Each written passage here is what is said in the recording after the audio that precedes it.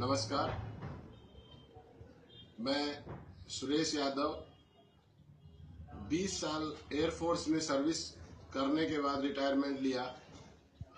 आज जो video viral हो रहा है, आदरणीय भाई तेज बहादुर यादव जी बीएसएफ के जवान जो हैं, उन्होंने कुछ प्रश्न उठाए बीएसएफ के ऊपर, खाने के ऊपर, ड्यूटी के ऊपर। मैं उससे 100% एग्री हूँ, सहमत हूँ और मैं उस जवान को सैल्यूट करता हूँ कि उन्होंने इतनी हिम्मत दिखाई सच्चाई को आगे लाने के लिए।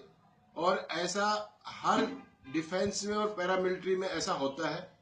खुद हमने ये सब चीजें देखी है, खुद हमारे ऊपर कई बार ऐसी बात आई और ऑफिसर ने नाजायज फायदा उठाया उस चीज को लेकर के, जबकि हमारी कोई गलती भी नहीं रहती थी। खाने के अंदर बिल्कुल इम्प्रूवमेंट नहीं है जवानों का जैसा होना चाहिए। एक ऑफिसर मैस में जैसा चाहे वैसा खाना बनवा सकता है, लेकिन एक जवान को किसी भी प्रकार की इस प्रकार की सुविधा नहीं होती कि वो अपने मन से खाना बनवा सके।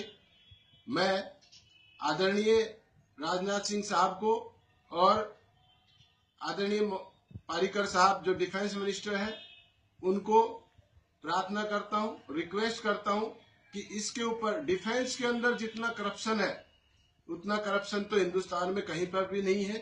उसको अगर जांच कराई जाए तो आपको पाया जाएगा कि वहां पे कितना करप्शन होता है, कितना जवानों का जो फंड आता है वो ऑफिसर्स, जो हाई लेवल के ऑफिसर्स है, वो खा जाते हैं। मैं सभी ऑफिसर्स को या सभी जवानों को ये नहीं कहता कि सभी करप्ट है, उसमें बहुत सारे बहुत ही अच्छे और ईमानदार भी हैं, लेकिन ईमानदारों की संख्या कम है।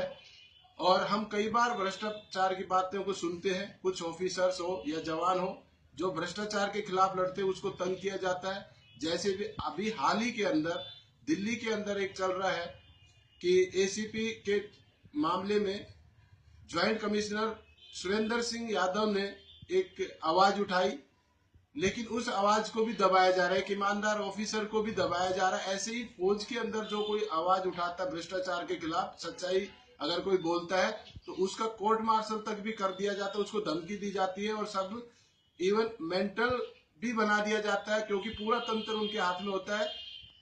हॉस्पिटल में भर्ती करा करके उसको फॉर्म 10 की धमकी दी जाती है कि हम फॉर्म 10 भर देंगे, आपको पागल खाने में भेज देंगे।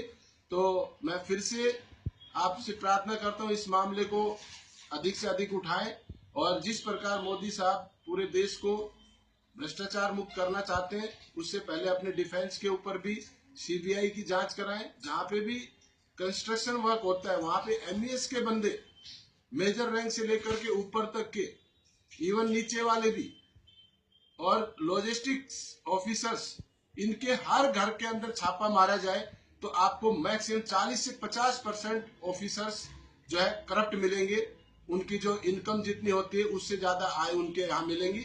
जितने भी जनरल्स आज तक रिटायर हुए हैं, जब भी वो कहीं पर भी जाते हैं दौरे के ऊपर किसी भी यूनिट के अंदर, तो वो वहां पर 5 स्टार होटल में रुकते हैं, जबकि उनको डीआरडीओ मैच या ऑफिसर्स मैच में रुकना चाहिए। लेकिन उनकी फैमिली के लिए परचेजिंग तक भी कराई जाती है, वो फंड सारा जवानों का ही होता है।